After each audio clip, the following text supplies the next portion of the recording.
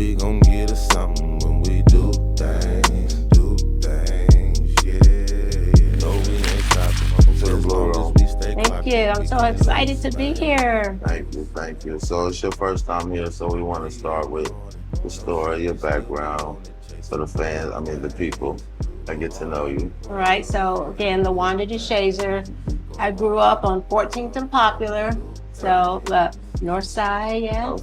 Okay. So my dad is actually from Detroit. You know, he was at McConnell Air Force Base, met my mom, all that good stuff. And so that's how I got the name Deshazer, right? Went to middle school, Curtis, graduated from Southeast. Did like everybody else, went to WSU for a hot minute, but I did not graduate from there. Graduated from Southwestern College, have a degree in human resources and a degree, master's degree in business. Okay. My siblings, you probably know my brothers, the Deshazer boys, Definitely. Pops, Sean, Danny. Definitely. Yes, my nephews, Lil Sean, Key, just all the wrestling. Tristan, if you heard the name Deshazer, you probably heard wrestling. That's my family. West High. West High, you know? I know. I know about it. Famous name in the city. Yeah. So, North Side, I'm from the North Side as well. I'm from 9th and Mossman, so we're not that you far. deep it, yes. We're not that far. And so you said, how many siblings you got? I have 5. I got 5. 3 brothers and 2 sisters. Okay. Big family. Big family. All in the house? I have 1 sister that's out in Vegas. Okay. Other than that, everybody's here. How was that growing up? You know what? Because there was 6 kids in the house, to be honest, we had structure. And so my mom said she didn't have a problem. We knew our dad would get the belt, Right. So we had structure. So my mom said it was cool. Right. And then you had a father. And we had a father. We need the fathers in the Yes. home. They do Yeah. so much. And Yeah. My mom and dad divorced when I was probably about 12-ish, but I already had the foundation with my dad. Definitely. All of us did. So Definitely. That's cool. That's cool. You're the youngest, middle child, I'm actually the second oldest. second oldest. I Okay. have an older sister, and then, the boys are right underneath me. Then we have a baby sister. That's the one that's in Vegas. Okay. Yeah. I'm the middle child, so you know what they say about us. They say we crazy, but I'm crazy. I think I'm probably should be the middle child. Like, So another question: how did you hear the Bluroom? I heard that this was the place to be. Honestly, when I decided to run for office, I wanted to tap into a different environment, and they were like, "This is the place to be." So. Yeah. Thank you. And then I Thank saw, you. and I was like, wait a minute, I know him. Right. Yes, and so I Right. reached out. Yeah. Because I'm all about connections and building bridges. And so I'm like, let me use my own resource. Right. And when I seen it was you, I remember you, of course, from the center. Mhm. And that leads to me my next question. Like, how'd you get into that? Like, it's a beautiful program. My sons then went there 2 or 3 years now, and they love everybody there. So, how did that come about? How did you get involved? Okay, so there's a program called Wichita Collective Impact. Okay. And so Cargill donated like $2 million, and they really had an initiative to increase 3rd grade reading proficiency. Okay. And so a friend, actually it was Dr. Polite, recommended me to apply for the job. They're looking for a program manager. I was like, okay. Yeah. I applied and I got it. And the cool thing is that when I applied, it was just a job on paper. They knew the end result, but they didn't know how to get there. Right. And so I was able to come in and put my own little finesse on it. Yeah. And I made it into a real program. Right. Yeah. It's a beautiful program, and I think your connection to that area gives a lot of trust to the Right. parents, because when I walked in and I seen it was you, I was like, okay. Okay, you knew it was gonna be legit. Yeah, and Yes. my little one, he can be a handful, so I know he would be handled there. Appropriately, yes. Right, And that's the beauty, I think, of having programs that are ran by people that look like the ones that are attending. Definitely. We get each other. Definitely. We know how far to go, how far to not go. We know when to love them up, and we know when to say, sit your little behind down. Right. And then my sister, she worked there, Tiffany. Oh, right. Yeah, and that made it easier. It made it too. even easier. Yes. So I'm like, I know she'd get them. Yes. And I know Yes. their auntie would get them too. Yes. So I love the program. Next And year. so I'm not with that program anymore. Okay. But this is the beauty of when you start something amazing, Mhm. life carries on. Yeah. So the center found their own grant, Mhm. and that's how they're keeping the program going. Okay. And then another site, the Seeds of Life, it was already existed, but they kept the program going as well. So that's when you put something down solid, Right. That's what I was gonna it say. stays. Yes, you made your stamp. So, Yes. what made you run? What did you see? What did you feel that you can bring Right. to the city? So honestly, like I said, community service is just in me. And so like my husband, I lost him to cancer like 15, Okay. 16 years ago. Sorry. And I was in this space, right? And I couldn't get out of it. And I promise you, the Bulldogs pulled me out of it, right? Okay. So I'm like, I'm going to pour myself into them. And I did, which led to, just being a team mom, to being the cheerleading mom, to being cheerleading director, to being the budget manager for the Bulldogs. Yeah. I helped them to put, and it may not seem like a lot of money to people, but we had at least $10,000 in the bank. Yeah. And that was all. I ain't gonna say it was all me, but it was all me. Right. You got to have a facilitator. And so I did that work. Yeah. And during that process, you find people that have other issues. So if you can't pay $150 for football fees, that means you might have a problem paying light bill, or you might have a problem paying your water bill, or you might got some tickets or something else that's a hindrance to you as well. Right. And so as I built relationships, people were like, well, Miss Wanda, what about? Or what about? Right. And so I just started helping people. And it just like grew and grew and grew. So which leads me to why am I running for city council? At the end of the day, we need resources. Yeah. We need funding. We need to know where the resources are. We need to know how to apply for those resources. Yeah. And I felt like we didn't have a good pipeline to those things. Right. And so I told her I'm gonna be ops. I want to get in that position. Yeah. I'm gonna learn everything I can, and I'm telling everybody this is happening. This is happening. This is how you get involved. I want everybody to get a piece of the pie. Okay. Next question. You leading me to it. Okay. The passion for giving back. Like, where did that start? Like, was it an event? Was it a thing that made you just like? I think losing my husband. Okay. was the thing that just ignited the fire. I think it was always in me to give back, but I didn't really have the avenue. I didn't really know how to go about it. And so I remember telling, at the time, LaWanda Williams, his city council rep, and I'm like, you know what? I think I want to be an advocate for the community. She said, well, get busy. Right. So I did. Ain't nothing to it but to do it, Ain't right? nothing That's what to they it. say. Yes. Yeah. And then once you put your name and had to do this, the other opportunities to give back, they just kept coming and coming. Yeah. I love to give back. Like, what the feeling? How can you describe the feeling of giving back? Like, So this is really it. The problems that I had disappeared. My problems didn't outweigh the problems of so many others. I had my own issues, but so many more had, when that compounded. right. And so it allowed me to like realize that LaWanda, this is not about you. Right. What they say on Friday, don't nobody care about your problems. Everybody got problems. Everybody got And so problems. since everybody got problems, we need somebody that want to help. Yeah. I was talking to my mother the other day, and I realized, I said, Mom, it's way more people that need than not. Mm-hmm.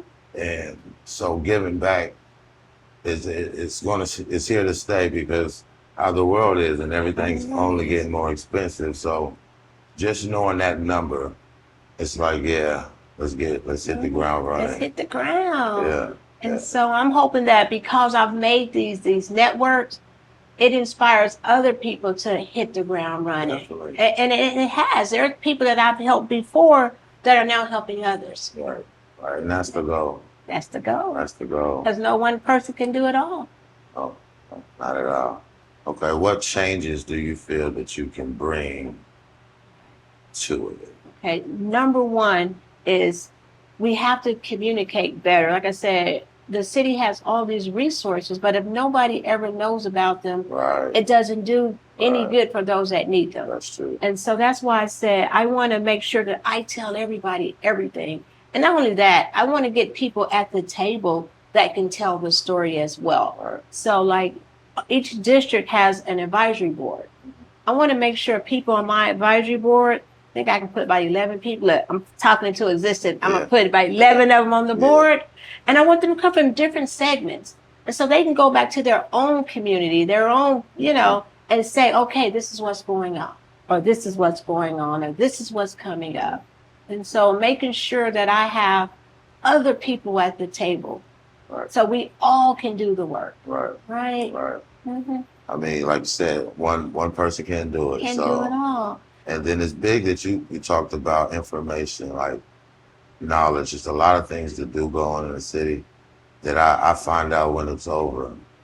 So that is big because I'm actually one of the people that actually would benefit from the information being out where I can see it. Right. So thank you for that. So we gotta get, like I say, you have a platform. Right.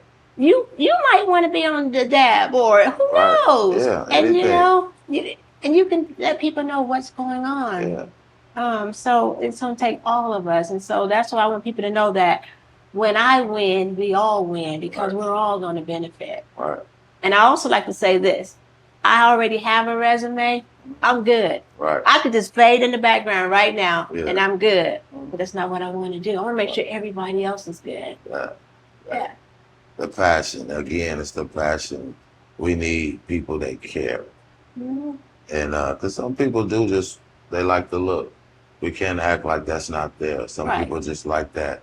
But to get the passion, the want to for the people is definitely what the city needs. Right. So, Because you're going to get invited to everything. Right. When you're in that seat, you get invited to all the big stuff, everything. And I tell everybody, you know what? That's cool. I could go to every major event if I want to. That's just wasn't my thing. right. You know, I'm more comfortable at the football game. Yeah. Yeah. But I can put on a suit. I can put on my dress and my heels, and I'm comfortable. Right. I'm Right. comfortable. Right. Yes. Right. But speaking of football, and yeah, I'm a Wichita coach.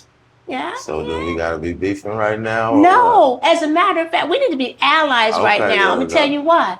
The city had this master plan to kill Little League football Yeah. as we know it, what? Definitely. which is, again, It's totally different nowadays. totally different. But guess what?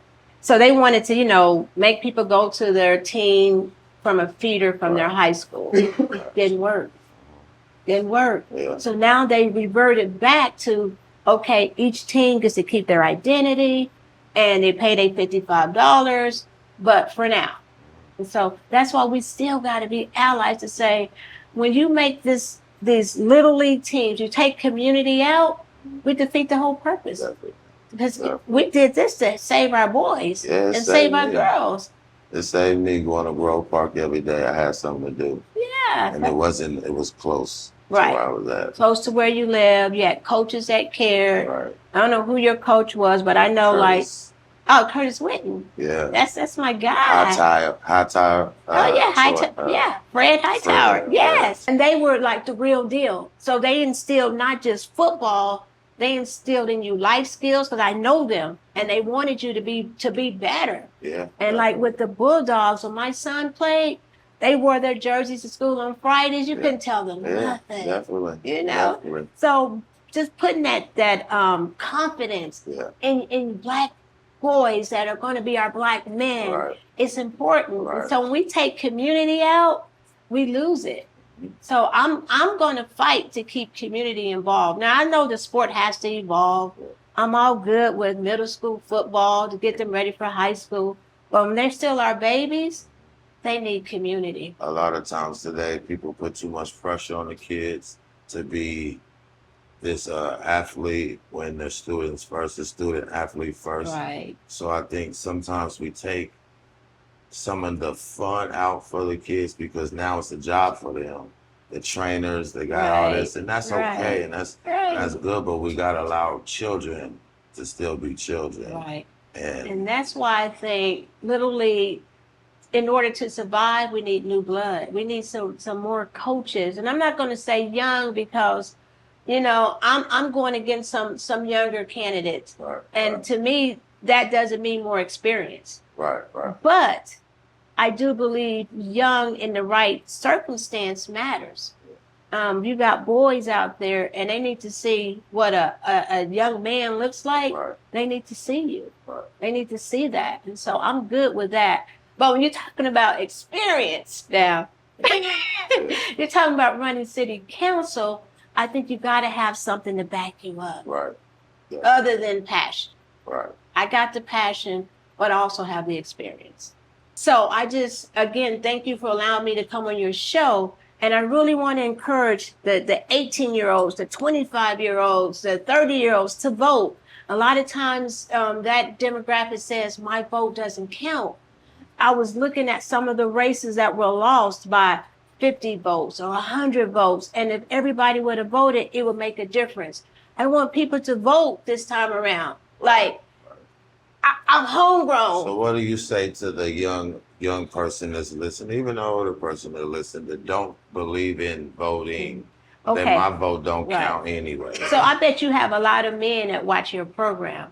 I bet you the men didn't know that on the state level, they just passed a bill that at conception, you're going to start paying child support. Ain't that something? So we had more people at the state level, they were like, get that bill out of here. That's Right. ridiculous. Right. At conception. Right. So that's real. That as of July 1st, that happened. So that's why I'm saying, yeah, as of July 1st, that's why I'm saying we need people to be involved. Right. You need to vote for people in office that has your best interest. Right. You don't need somebody with a wacky idea that says, hey, let's start charging child support at conception. You don't even know what conception happened. Right. Right. So, and locally, you know, it was a big thing about parking meters. Y'all been downtown lately? Yeah. You're going to pay about $10 to park. That's crazy. It's like the big cities, like when I remember they started doing that, and I seen it start coming here, and I'm like, But where'd see, that come from? we're not that big city, though. Right, that's what I was That's thinking. the I was kind of thing. confused by Yes, it. Yeah. and so, but if we had people on city council, again, that said, no, we're not doing that, we wouldn't be at that place. And so people have to pay attention. Right. Because all these things, like, especially locally, it affects everybody. Yeah. You know, one of the city councilmen said, hey, let's up sales tax. I'm like, no, we all pay sales tax. Right. No, let's not do that. Right. Right. So that's why it matters. That's why people have to pay attention. Yes. Yes. Y'all heard it here first. Men, she gave y'all the perfect reason to vote. And we do have to start understanding what it means to vote. I can't lie and say I haven't been that guy that I don't believe in the votes until I seen it really come to pass. Yeah. So, and my vote could have helped. So, Could have helped. So if you're in District 1, I need your vote. let's go. Let's go. Let's go. Thank you. Thank you for having me. All right. You know we hustling, know we gon' get us something when